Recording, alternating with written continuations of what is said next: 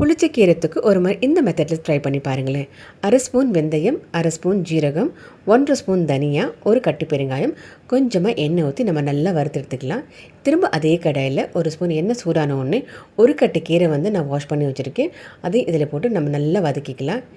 இந்த மாதிரி பதத்துக்கு வர வரைக்கும் நம்ம நல்லா வதக்கிக்கணும். காரத்துக்கு பார்த்திங்கன்னா ஒரு 7 வரமிளகா கொஞ்சமாக எண்ணெய் ஊற்றி வதக்கிக்க போகிறோம். இப்போ மிக்ஸி ஜாரில் கீரையை தவிர்த்து மற்றது எல்லாத்தையும் ஆட் பண்ணிக்கலாம். லெமன் சைஸ் புளி நான் ஊற வச்சுருக்கேன், அதை இதில் ஆட் பண்ணிக்கோங்க. இந்த கீரைக்கு தேவையான உப்பு ஆட் பண்ணிக்கிட்டு கீரையை நம்ம இப்போ ஆட் பண்ணி நல்லா பேஸ்ட்டாக அரைச்சி எடுத்துக்க போகிறோம். இதுக்கு தாளிப்பு பார்த்திங்கன்னா நான் நல்லெண்ணெயில் தான் ஆட் பண்ண போகிறேன். ரொம்ப டேஸ்ட்டாக இருக்கும். நல்லெண்ணெய் பண்ணால் ரொம்ப நாளைக்கும் கெடாமல் நல்லாயிருக்கும். கடுகுளுத்த பருப்பு பொரிஞ்ச பிறகு ஒரு 10லேருந்து 12 பூண்டு பல் நல்லா தட்டி ஆட் பண்ணிக்கோங்க. ஒரே ஒரு வரமிளகா பிச்சு போட்டுக்கோங்க. வாசனைக்கு நான் லாஸ்ட்டாக ஒரு ஸ்பூன் வடகம் பொரிஞ்ச பிறகு கீரை ஆட் பண்ணிவிட்டு 2 to 3 மினிட்ஸ் அப்படியே நம்ம குக் பண்ணணும். நம்ம கீரை ரெடி ஆகிடுச்சு. சுடு சுடு சர்வ் பண்ணுங்கள். ட்ரை பண்ணி பாருங்கள் உங்களுக்கு இந்த ரெசிபி பிடிச்சா.